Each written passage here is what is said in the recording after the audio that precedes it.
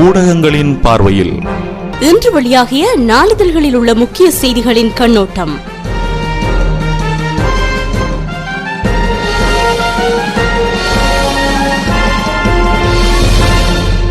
கிழக்கு மாகாணத்தின் முஸ்லிம் காங்கிரசின் ஆதரவு இல்லாமல் ஆட்சி அமைக்க முடியும் என அரசாங்கம் சூளுரைத்துள்ளது.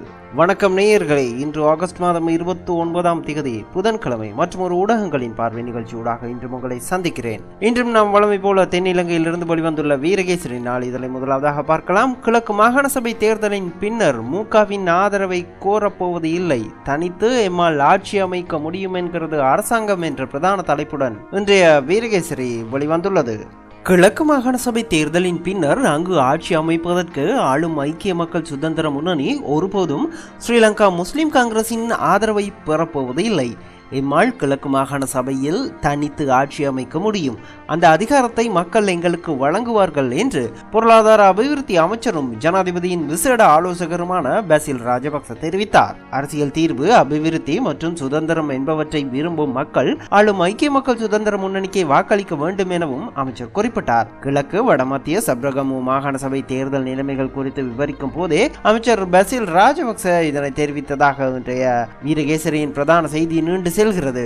அத்துடன் பொம்மை ஆட்சியை முடிவுக்கு கொண்டு வருவதே நோக்கம் மூக தலைவர் ஹக்கீம் கூறுகிறார் என்ற தலைப்பில் இன்னும் ஒரு செய்தி வெளிவந்துள்ளது. சிறுபான்மை சமூகங்களின் அரசியல் சம்பந்தமாக எழுந்துள்ள சவால்கள் சர்வதேச ரீதியாக கூர்மையாக பார்க்கப்படுகிறது. பிராந்திய வல்லரசுகளும் இந்த விவகாரத்தை மிக அவதானத்துடன் நோக்குகின்றன என்று ஸ்ரீலங்கா முஸ்லிம் காங்கிரசின் தலைவரும் நீதி அமைச்சருமான ரவுப் ஹக்கீம் தெரிவித்தார். மூதூர் பொது மைதானத்தில் கடந்த திங்கட்கிழமை மாலை நடைபெற்ற ஸ்ரீலங்கா முஸ்லிம் காங்கிரசின் தேர்தல் பிரசார கூட்டத்தில் உரையாற்றும் போதே அவர் இதனை தெரிவித்துள்ளார். இங்கு தொடர்ந்து கருத்துரைத்த அமைச்சர் ரவுப் ஹக்கீம், நாங்கள் தேர்தல் சம்பந்தமாக எடுத்துள்ள முடிவினால் அரசாங்கம் தடுமாறி போயிருக்கிறது.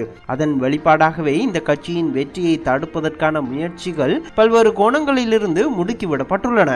போதாக்குறைக்கு அரச மேல்மட்டமே கிழக்கிற்கு வந்து தேர்தல் பிரசாரத்தில் ஈடுபடுகின்ற நிலைமை ஏற்பட்டு இருக்கிறது. முக்கியமான அமைச்சர்கள் இங்கு முகாமிட்டு பணிகளை முன்னெடுப்பதற்கு திட்டமிட்டுள்ளனர். சமூகத்தின் அரசியல் விடிவையும் அடுத்த தலைமுறையின் தலைவிதியையும் தீர்மானிக்கின்ற தேர்தலாக இதனை நுணுக்கமாக பார்க்க வேண்டிய அவசியம் ஏற்பட்டுள்ளது. மிகப்பெரிய தியாகங்களை செய்த மூதூரில் நான் கட்சியை பற்றி அதிகமாக பேச வேண்டிய அவசியம் இல்லை என்றாலும் கூட சூழ இருக்கின்ற சூழ்ச்சிகளை முறியடிப்பதற்காக பொறுப்புணர்ச்சியுடன் கட்டுப்பாட்டுடன் நடந்து கொள்ள வேண்டும். இந்த தேர்தலில் ஸ்ரீலங்கா முஸ்லிம் காங்கிரஸ் கடந்த காலங்களை விடவும் கூடுதலான சவால்களை எதிர்நோக்கியுள்ளது. எனவே கட்சிக்குள் ஏற்பட்டுள்ள சில சலசலப்புகள், எங்களுக்குள் முரண்பாடுகள் தலை தூக்க தொடங்கிய போது மிக தூர நோக்கோடு அதை கவனமாக அணுகி கட்சிக்குள் முரண்பாடுகள் வராமல் நல்லதொரு இணக்கப்பாட்டுடன் கட்சியின் பிரசாரங்களை முன்னெடுப்பதற்கான வழிவகைகளை கையாண்டு வருகிறோம் என அமைச்சர் ஹக்கீம் தெரிவித்ததாக அந்த செய்தியும் நீண்டு செல்கிறது. அத்துடன் இலங்கையிடம் ஒரு தலை நட்பு கொண்டுள்ள இந்தியா, திமுக தலைவர் கருணாநிதி என்ற தலைப்பில் இன்னும் ஒரு செய்தி வெளிவந்துள்ளது. இந்தியாவை விட 6 மடங்குகள் உதவிகளை இலங்கைக்கு சீனா செய்து வரும் நிலையில் இந்தியா எதை நம்பி இலங்கை தனது நட்பு நாடு என்று கூறிக்கொண்டு இருக்கிறது என திமுக தலைவர் கருணாநிதி கேள்வி எழுப்பியுள்ளார். இது குறித்து அவர் வெளியிட்டுள்ள செய்தி குறிப்பில், ஓரிரு முறை இலங்கை ராணுவத்திற்கு தமிழகத்திலே பயிற்சி அளித்த போது அது பற்றி கழக ஆட்சியிலும் அதிமுக ஆட்சியிலும் மத்திய அரசிடம் உரையிட்டதும் உடனடியாக அப்படி பயிற்சிகளுக்கு வந்தவர்கள் தமிழகத்திலிருந்து திருப்பி அனுப்பப்பட்டார்கள். ஆனால் இப்போது அதற்கு மாறாக மத்திய அரசின் சார்பில் ராணுவ இணை அமைச்சர், இலங்கை நமது நட்பு நாடு, எனவே இலங்கை ராணுவத்தினருக்கு தொடர்ந்து பயிற்சி அளிப்போம் என்று கூறியிருக்கிறார். இது தமிழ்நாட்டையும் தமிழர்களின் உணர்வையும் மத்திய அரசு காயப்படுத்தும் செயற்பாடாகும். 2009 ஆண்டு இலங்கையில் நடைபெற்ற போருக்கு பின் இலங்கை அரசு இந்தியாவை நட்பு நாடாக கருதுவதை விட சீனாவையும் பாகிஸ்தானையும் தான் நட்பு நாடுகளாக கருதி செயற்படுகின்றன என திமுக தலைவர் கருணாநிதி தெரிவித்ததாக அந்த செய்தியும் நீண்டு செல்கிறது. அத்துடன் வெள்ளவத்தை முக்கொலை சந்தேக நபர் பிரசாந்த் மூடிய அறைக்குள் 15 நிமிடங்கள் ரகசிய வாக்குமூலம், உளவியல் வைத்திய அறிக்கை சமர்ப்பிக்கவில்லை போலீஸ் அதிகாரி என்ற தலைப்பில் இன்னும் ஒரு செய்தியும் வெளிவந்துள்ளது. அதனை தவிர படகு மூலம் ஆஸ்திரேலியாவிற்கு செல்ல முயற்சித்த 147 பேர் கைது, 2 படகுகளும் கைப்பற்றப்பட்டன என்ற தலைப்பில் இன்னும் ஒரு செய்தியையும் வீரகேசரி வெளியிட்டுள்ளது. நாம் அடுத்ததாக இன்றைய தினம் யாழ்ப்பாணத்திலிருந்து வெளிவந்துள்ள உதயன் பத்திரிகையும் பார்க்கலாம். இலங்கைக்கு வரும் ஐநா குழு நியமிப்பு, ஹனி மெகாலி தலைமை என்ற தலைப்பில் இன்றைய பிரதான செய்தியை உதயன் வெளியிட்டுள்ளது. ஐக்கிய நாடுகள் மனித உரிமைகள் சபையில் நிறைவேற்றப்பட்ட தீர்மானத்தின்படி இலங்கை வரவுள்ள தமது குழுவின் உறுப்பினர்கள் உறுப்பினர்களை ஆணையாளர் நவநீதன் பிள்ளை நேற்று நியமித்திருந்தார். இலங்கை வரும் குழுவுக்கு ஐநா மனித உரிமைகள் ஆணைக்குழுவின் ஆசிய பசிபிக், மத்திய கிழக்கு, வட அமெரிக்க பிரிவுகளுக்கு பொறுப்பான தலைவர் ஹனி முஹாலி தலைமையேற்றுள்ளார். இவருடன் கள செயற்பாடுகள் மற்றும் தொழில்நுட்ப ஒத்துழைப்புகளுக்கான பிரிவின் மூத்த அதிகாரி அஸ்ரா ஃபெடராவும் மேலும் சில உயர்நிலை அதிகாரிகளும் இந்த குழுவில் உள்ளடக்கப்பட்டுள்ளனர். செப்டம்பர் 14ஆம் தேதி இலங்கை வரும் இந்த குழு 6 நாட்கள் தங்கியிருந்து கொழும்பில் அரச, எதிர்க்கட்சி மற்றும் தமிழ் கட்சி தலைவர்களுடன் முக்கிய சந்திப்புகளை நடத்த உள்ளது. ஐநா மனித உரிமைகள் ஆணையாளரின் இலங்கை பயணம் எதிர்வரும் நவம்பரில் நடைபெற உள்ளதால் அதற்கான முன்னேற்பாடுகளையும் இந்த குழு செய்யும் என எதிர்பார்க்கப்படுகிறது. இதற்கிடையில் இறுதிப்போர் நடைபெற்ற வன்னி பெரு நிலப்பரப்பிற்கு செல்வதற்கு இந்த குழு இலங்கை அரசிடம் அனுமதி கேட்டிருந்த போதிலும் இன்னமும் அந்த அனுமதி வழங்கப்படவில்லை எனவும் அந்த கோரிக்கையை இலங்கை அரசு பரிசீலித்து வருவதாக தெரிகிறது எனவும் உதயனின் என்ற பிரதான செய்தி நீண்டு செல்கிறது. அத்துடன் தனி தமிழீழம் உருவாக ஒருபோதும் இடமளியும் அடித்து கூறுகிறது ஐக்கிய தேசிய கட்சி என்ற தலைப்பில் இன்னும் ஒரு செய்தி வெளிவந்துள்ளது. தமிழீழம் என்று தனிநாட்டை இலங்கைக்குள் உருவாக்குவதற்கும் நாட்டை பிரிப்பதற்கும் தாம் ஒருபோதும் இடமளிக்க மாட்டோம் என ஐக்கிய தேசிய கட்சி நேற்று திட்டவட்டமாக தெரிவித்தது. அத்துடன் நாட்டை பிளவுபடுத்தும் நோக்கில் செயற்படுபவர்களையும் தாம் கடுமையாக எதிர்க்கிறோம் எனவும் அந்த கட்சி தெரிவித்துள்ளது. எதிர்க்கட்சி தலைவரின் உத்தியோகபூர்வ இல்லத்தில் நேற்று நடைபெற்ற செய்தியாளர் சந்திப்பின் போதே ஊடகவியலாளர் எழுப்பிய கேள்விக்கு பதிலளிக்கும் போது அந்த கட்சியின் பொதுச் செயலாளரும் எம்பியுமான திஸ்ஸா அர்த்தநாயக்க மேற்கண்டவாறு தெரிவித்ததாக அந்த செய்தி நீண்டு செல்கிறது. அத்துடன் இலங்கை அரசின் இனவெறியை இந்தியா ஒருபோதும் ஊக்குவிக்க கூடாது விஜயகாந்த் என்ற தலைப்பில் ஒரு செய்தியும், சீனாவை நம்பும் இலங்கை எப்படி நட்பு நாடாக முடியும், இந்திய அரசை கேட்கிறார் கருணாநிதி என்ற தலைப்பிலும், மக்கள் போராட்டத்தை அடக்கவே மஹிந்த அரசு தேர்தலை நடத்துகிறது, டெல்வின் சில்வா குற்றச்சாட்டு என்ற தலைப்பில் இன்னும் சில செய்திகளையும் உதயன் வெளியிட்டுள்ளது. அரசுக்கு எதிராக நாட்டு மக்களால் முன்னெடுக்கப்பட்டு வரும் போராட்டங்களை சிதறடிப்பதற்காகவே மஹிந்த அரசு மாகாண சபை தேர்தலை நடத்துவதாக மக்கள் விடுதலை முன்னணியின் செயலாளர் டெல்வின் சில்வா குற்றம் சுமத்தியுள்ளார். நாட்டு மக்களுக்கு சேவையாற்றுவதையோ மாகாண சபைகளுக்கு சேவையாற்றுவதையோ நோக்கமாக கொண்டு மஹிந்த அரசு இந்த தேர்தலை நடத்தவில்லை. அரசாங்கத்தின் அதிகாரத்தை பலப்படுத்திக் கொள்ளும் நோக்கிலேயே இந்த தேர்தல் நடத்தப்படுகிறது என அவர் சுட்டிக்காட்டியுள்ளார். அரசாங்கத்திற்கு எதிராக முன்னெடுக்கப்படும் மக்கள் போராட்டங்களை தோற்கடிப்பதே ஆட்சியில் உள்ள அரசின் பிரதான நோக்கம் எனவும் அவர் சுட்டிக்காட்டியுள்ளார். ரத்னபுரியில் நேற்று நடைபெற்ற பொதுக்கூட்டம் ஒன்றில் உரையாற்றும் போதே டெல்வின் சில்வா இதனை தெரிவித்ததாக அந்த செய்தியும் நீண்டு செல்கிறது.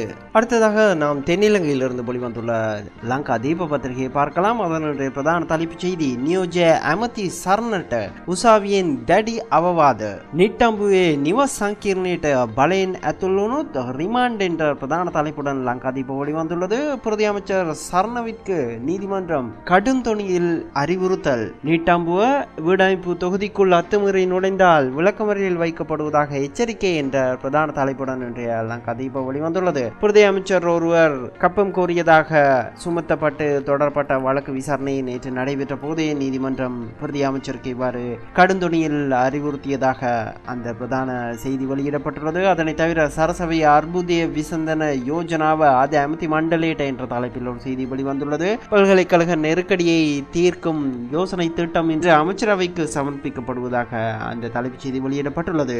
அத்துடன் நொபந்தி சமுலுவட்ட ஜனபதி ஈரானியட்ட என்ற தலைப்பில் இன்னும் ஒரு கட்டமிடப்பட்ட செய்தி வெளியிடப்பட்டுள்ளது. அணிசேரா நாடுகளின் மாநாட்டில் கலந்து கொள்வதற்கு ஜனாதிபதி ஈரான் செல்வதாக அந்த தலைப்புச் செய்தி வெளியாகியுள்ளது. அத்துடன் வெள்ளவத்த தீப்த காத்தனிய சக்கக்காரு புத்தா மானசிக வைத்தியவரு ஹமோட்ட என்ற தலைப்பில் ஒரு செய்தியும், பிலி பூஜாவட்ட இறைவ முன்னேஸ்வரம் கோவில் பூமியே விரோதத்தா தகனம் போலீசிய இல்லிம பிட்ட உசாவியன் நியோக என்ற தலைப்பில் இன்னும் ஒரு செய்தியும் வெளிவந்துள்ளது. மிருகபலி பூஜைக்கு எதிராக முன்னேஸ்வரம் காளிகோயில் வளாகத்தில் ஆர்ப்பாட்டம் நடத்துவதற்கு நீதிமன்றம் தடை உத்தரவு பிறப்பித்துள்ளதாகவும் காவல்துறையினரின் கோரிக்கைக்கு அமைய இந்த ஒரு உத்தரவை நீதிமன்றம் பிறப்பித்துள்ளதாகவும் அந்த தலைப்புச் செய்தி வெளியிடப்பட்டுள்ளது. நாம் அடுத்ததாக இந்த தினம் வெளிவந்துள்ள திவ இன பத்திரிகையை பார்க்கலாம். அதன் பிரதான தலைப்புச் செய்தி, ඊ රාත්‍රියේ අක්කරපත්තු කල්මුණ මාර්ගයේදී බසය ත්‍රිරෝදය ගැටි 6 දෙනෙක් මිය යති என்ற பிரதான தலைப்புடன் திவ இன வெளிவந்துள்ளது. நேற்று இரவு அக்கரைப்பற்று கல்முனை வீதியில் பஸ்ஸுடன் முச்சக்கர வண்டி ஒன்று மோதியதில் 6 பேர் சம்பவ இடத்தில் பலியானதாக அந்த பிரதான தலைப்புச் செய்தியை திவ இன பத்திரிகை வெளியிட்டுள்ளது. இதனை தவிர வெள்ளவத்த காத்தனி சக்கக்கரு கென மானசிக வார்த்தாவா கேந்தவாய் என்ற தலைப்பில் ஒரு செய்தி வெளியிடப்பட்டுள்ளது. வெள்ளவத்தை முக்கொலை சந்தேக நபரின் மனநல அறிக்கையை நீதிமன்றம் கோரியிருப்பதாக அந்த தலைப்புச் செய்தி வெளியிடப்பட்டுள்ளது. இந்த செய்திகள் குறித்து நாம் ஏற்கனவே பார்த்திருந்ததால் அடுத்ததாக அடுத்ததாக இன்றைய தினம் தமிழகத்திலிருந்து வெளிவந்துள்ள தினமலர் பத்திரிகையை பார்க்கலாம். அதனுடைய பிரதான தலைப்புச் செய்தி, குழந்தையை எலி கடித்த விவகாரத்தில் டாக்டர்கள் 2 பேர் சஸ்பெண்ட், பணியில் அலட்சியமாக இருந்ததால் அரசு அதிரடி என்ற பிரதான தலைப்புடன் தினமணி வெளிவந்துள்ளது. பணியில் அலட்சியமாக இருந்ததால் சென்னை திருவல்கேணி கஸ்தூரிபாய் மகப்பேற்று மருத்துவமனையின் நிலைய மருத்துவ அதிகாரி பணியில் இருந்த டாக்டர் பார்த்திபன் உள்ளிட்ட 9 பேரை அரசு அதிரடியாக பணி இடைநீக்கம் செய்துள்ளது. சென்னை திருவல்லிக்கேணி கஸ்தூரிபாய் மகப்பேற்று மருத்துவமனையில் குறை பிரசவத்தில் பிறந்த பெண் குழந்தைக்கு அவசர சிகிச்சை பிரிவில் சிகிச்சை அளிக்கப்பட்டு வந்தது. அதன் உடல்நிலை மோசமாகவே கடந்த 26ஆம் தேதி மாலை 5:45 மணிக்கு சிகிச்சை பலனின்றி குழந்தை உயிரிழந்தது. இந்த தகவல் குழந்தையின் பெற்றோருக்கு தெரிவிக்கப்பட்டது. குழந்தையின் உடலை மறுநாள் காலையில் பொறுப்பேற்றுக் கொள்வதாக பெற்றோர் தெரிவித்தனர். இதனை அடுத்து அன்றிரவு சிகிச்சை அளிக்கப்பட்ட வார்டிலே குழந்தையின் உடல் வைக்கப்பட்டிருந்தது. மறுதினம் காலை குழந்தையின் உடலை பெற பெற்றோர் சென்றபோது குழந்தையின் இடது கன்னத்தில் இரத்த காயங்கள் ஏற்பட்டிருந்ததை கண்டு அதிர்ச்சி அடைந்தனர். குழந்தை சிகிச்சைக்கு முழு ஒத்துழைப்பு வழங்கிய அவர்கள் இறந்த தங்களின் குழந்தை முகத்தை எலி கடித்து குதறியுள்ளது என கூறி தங்கள் உறவினர்களுடன் மருத்துவமனை வளாகத்தில் ஆர்ப்பாட்டத்தில் ஈடுபட்டனர். இந்த நிலையிலே கவனக்குறைவாக இருந்த 2 டாக்டர்கள் உட்பட 9 பேரை தமிழக அரசு பணியிடை நீக்கம் செய்துள்ளதாக அந்த பிரதான செய்தியை தினமலர் வெளியிட்டுள்ளது. நாம் அடுத்ததாக இன்றைய தினம் வெளிவந்துள்ள தினமணி பத்திரிகையை பார்க்கலாம். அதனுடைய பிரதான தலைப்புச் செய்தி, மத்திய அமைச்சர் பேச்சு அதிர்ச்சி அளிக்கிறது, இலங்கை வீரர்களுக்கு தொடர் பயிற்சி என்ற பிரதான தலைப்புடன் தினமணி வெளிவந்துள்ளது. இலங்கை ராணுவ வீரர்களுக்கு பயிற்சி தொடரும் என்று மத்திய அரசு கருத்து தெரிவித்திருப்பது அதிர்ச்சி அளிப்பதாக உள்ளது என முதல்வர் ஜெயலலிதா கூறியுள்ளார். தமிழக மக்களின் உணர்வுகளுக்கு மதிப்பு கொடுத்து இலங்கை வீரர்களுக்கு தமிழகத்தில் பயிற்சி அளிப்பதை நிறுத்தி கொண்டு அவர்களை மத்திய அரசு உடனடியாக திருப்பி அனுப்ப வேண்டும் என்று பிரதமர் மன்மோகன் சிங்கிற்கு செவ்வாய்க்கிழமை எழுதியுள்ள கடிதத்தில் அவர் மீண்டும் வலியுறுத்தியுள்ளார். இலங்கை ராணுவத்தினருக்கு இந்தியாவில் வழங்கப்பட்டு வரும் பயிற்சி தொடரும் என்று மத்திய அரசு சார்பில் மத்திய பாதுகாப்பு துறை இணை அமைச்சர் பல்லம் ராஜு தில்லியில் திங்கட்கிழமை கருத்து தெரிவித்திருந்தார். தமிழக அரசு மற்றும் தமிழகத்தில் உள்ள அரசியல் கட்சிகளின் எதிர்ப்பை மீறி இலங்கை கடற்படை வீரர்களுக்கு உதகையில் பயிற்சி வழங்கப்பட்டு வருவது குறித்து அவரிடம் செய்தியாளர்கள் கேட்டபோது, இலங்கை நமது நட்பு நாடு, எனவே இலங்கை வீரர்களுக்கு பயிற்சி அளிப்பது தொடரும் என்று அவர் பதில் கூறியிருந்தார். இந்த நிலையில் மத்திய அரசின் சார்பில் மத்திய இணையமைச்சர் பல்லம் ராஜு கூறியுள்ள கருத்து அதிர்ச்சி அளிப்பதாக உள்ளது என தமிழக முதலமைச்சர் ஜெயலலிதா தெரிவித்துள்ளதாக தினமணியின் இன்றைய பிரதான செய்தி நீண்டு செல்கிறது. அத்துடன் எதிர்த்து போராடுங்கள் சோனியா என்ற தலைப்பிலும் பாஜக மிரட்டலுக்கு சோனியா கண்டனம் என்ற தலைப்பிலும் இன்னும் ஒரு செய்தியும் வெளிவந்துள்ளது. நாடாளுமன்றத்தில் பிரதமரின் ராஜினாமாவை கோரிய அமளியில் ஈடுபட்டு வரும் பாரதிய ஜனதா கட்சி உறுப்பினர்களிடம் மிரட்டல் போக்குக்கு காங்கிரஸ் தலைவர் சோனியா காந்தி கடும் கண்டனம் தெரிவித்துள்ளார். தில்லியில் காங்கிரஸ் நாடாளுமன்ற குழு கூட்டம் செவ்வாய்க்கிழமை காலை நடைபெற்றது. இதில் பங்கேற்று கட்சி உறுப்பினர்களிடையே சோனியா காந்தி பேசினார். கடந்த சில வாரங்களாக நம் நாடு மிகப்பெரிய பிரச்சனைகளை சந்தித்து வருகிறது. அசாமில் வன்முறை வெடித்ததில் ஆயிரக்கணக்கானோர் வீடுகளை இழந்து முகாம்களில் தஞ்சமடைந்துள்ளனர். பல அப்பாவிகளின் உயிர் பறிபோனது. இதற்கு காரணமானவர்கள் சட்டத்தின் முன் நிறுத்தப்பட வேண்டும். சமூக இணையதளங்களை பயன்படுத்தி சில விஷமிகள் பரப்பிய பீதியை எந்த அரசாலும் ஏற்றுக்கொள்ள முடியாது. அவர்கள் மீது கடும் நடவடிக்கை எடுக்க வேண்டும். இத்தகைய முக்கியமான பிரச்சனையை நாடு எதிர்கொள்ளும் போது நாடாளுமன்றத்தில் அதன் பணிகள் நடைபெற எதிர்க்கட்சியான பாரதிய ஜனதா கட்சி தடையாக உள்ளது. இது வருத்தத்தையும் அவமானத்தையும் ஏற்படுத்தக்கூடிய செயலாகும். ஜனநாயக முறையில் தேர்ந்தெடுக்கப்பட்ட மத்திய அரசை பாஜகவின் மூத்த தலைவர் ஒருவர் சட்டவிரோதமாக ஆட்சிக்கு வந்த அரசு என கூறுகிறார். உள்நோக்கத்துடன் கூடிய பாஜகவின் குறை கூறும் போக்கை இன்னும் எத்தனை காலம் நாம் சகித்துக் கொள்ள வேண்டும்? ஏற்கனவே பலமுறை கூறியதை போல சிஏஜி அறிக்கையாகட்டும் வேறு எந்த விஷயமாகட்டும் மத்திய அரசும் பிரதமரும் விவாதிக்க தயாராக உள்ளனர். ஆனால் அதற்கு தகுதியான இடம் நாடாளுமன்றம் தானே. ஆனால் அங்கு நம்மை செயற்பட விடாமல் மிரட்டல் போக்குடன் செயற்படும் அரசியலை பாஜக கடைபிடிக்கிறது. நிலக்கரி சுரங்க ஒதுக்கீட்டு தொடர்பாக பிரதமர் திங்கட்கிழமை வழங்கிய அறிக்கை மிக தெளிவாகவும் விரிவாகவும் புரியலும் விதமாக உள்ளது. பாஜகவின் தவறான பிரசாரத்தை அந்த அறிக்கை அம்பலப்படுத்துகிறது. நாம் பல சாதனைகளை செய்துள்ளோம், ஆனால் அதனை சொல்லி நம்மை பாதுகாப்பதில் தயக்கம் காட்ட தேவையில்லை எனவும் சோனியா காந்தி தெரிவித்ததாக அந்த செய்தி நீண்டு செல்கிறது. அந்த செய்தியோடு இன்றைய ஊடகங்களின் பார்வை நிகழ்ச்சி நிறைவுக்கு வருகிறது. மீண்டும் இதே நிகழ்ச்சியில் நாளை உங்களை சந்திக்கும் வரை உங்களிடமிருந்து விடைபெறும் நான் VAK. வணக்கம்.